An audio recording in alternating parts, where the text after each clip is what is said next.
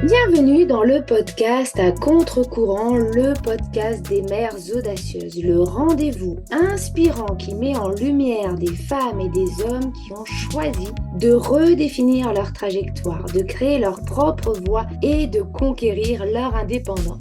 Je suis votre hôte, Nathalie Grimaud-Morvillet, et je suis honorée de vous accompagner dans ce voyage extraordinaire. Après plus de 15 ans en tant que salariée dans le domaine du marketing digital et après 4 discriminations à la maternité, j'ai décidé de prendre mon indépendance pour mieux profiter de mes enfants sans renoncer à ma carrière professionnelle. Avec la tribu digitale, j'aide désormais les parents à en faire de même. Dans ce podcast, à chaque épisode, nous vous présenterons des histoires captivantes de mères audacieuses, de pères engagés, mais surtout de parents déterminés qui ont trouvé le courage de se réinventer pour mieux concilier leur vie personnelle et professionnelle. Qu'il s'agisse de maman, de papa ou de famille, notre podcast est un espace où chacun peut trouver une source d'inspiration, de conseils et de perspectives pour embrasser un avenir empreint de flexibilité, d'épanouissement et de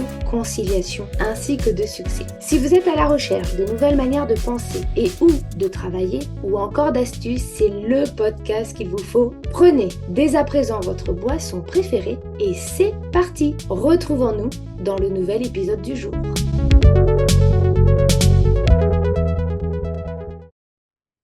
Bienvenue dans ce nouvel épisode de podcast Mom Tips. Mom Tips, ce sont des petits épisodes plutôt rapides pendant lesquels je vous partage mes astuces, mes conseils, mes prises de conscience en tant que mompreneur pour vous permettre d'atteindre vos objectifs et surtout de déconstruire des croyances portées par la société, par nos proches, parfois même par nous-mêmes et qui impactent négativement notre quotidien.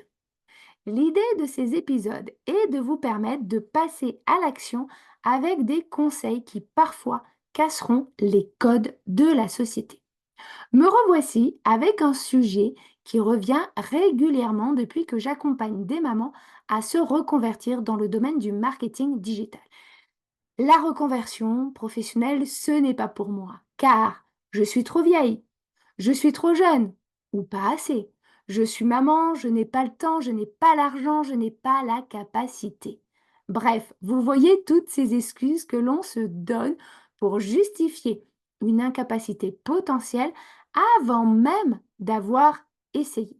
Nous sommes souvent notre propre limite et soyons honnêtes.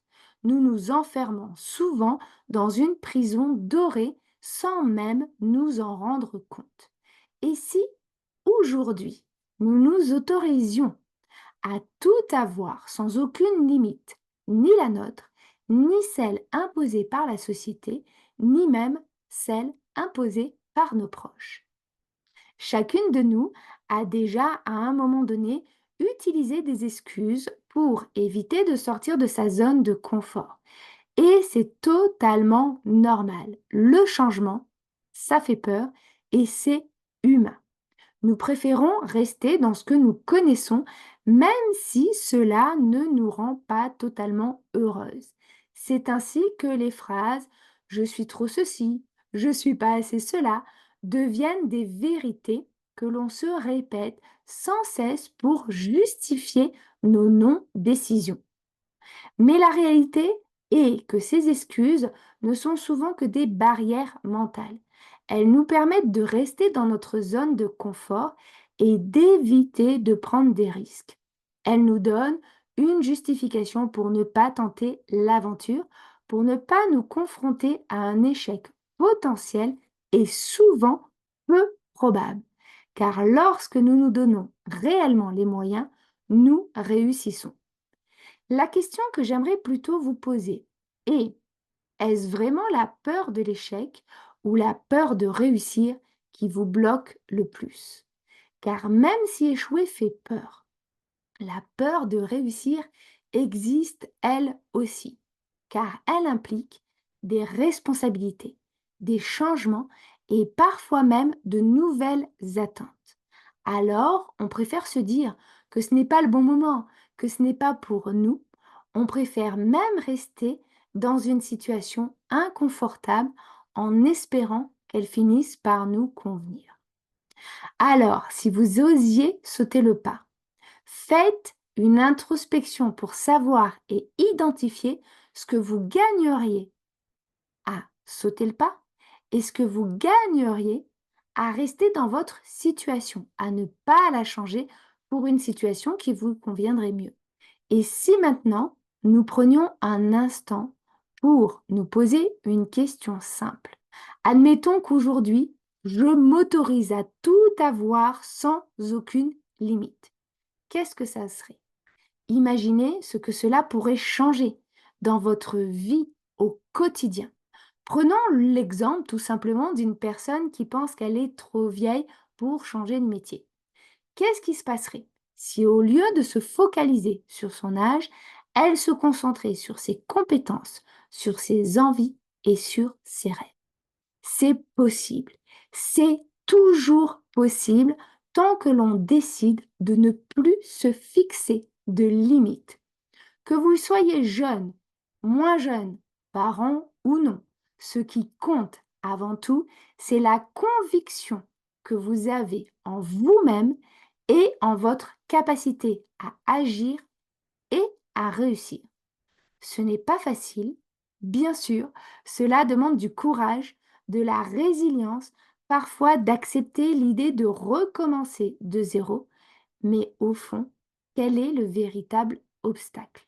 Dans la majorité des cas, nous sommes notre propre barrière. Les limites que l'on perçoit comme infranchissables sont celles que nous avons nous-mêmes créées. Alors aujourd'hui, pourquoi pas être le jour où nous décidons de les démolir? En résumé, quel que soit le changement de vie que vous souhaitez opérer dans votre vie personnelle ou professionnelle, il n'est ni lié à l'âge, ni lié au statut, ou encore moins à vos moyens. C'est avant tout une question de mindset, une question d'état d'esprit. Vous devez vous donner la permission de rêver grand, sans limite.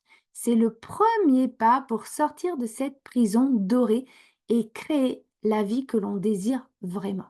Maintenant que vous savez tout cela, quel sera votre premier pas aujourd'hui pour vous diriger vers votre vie rêvée?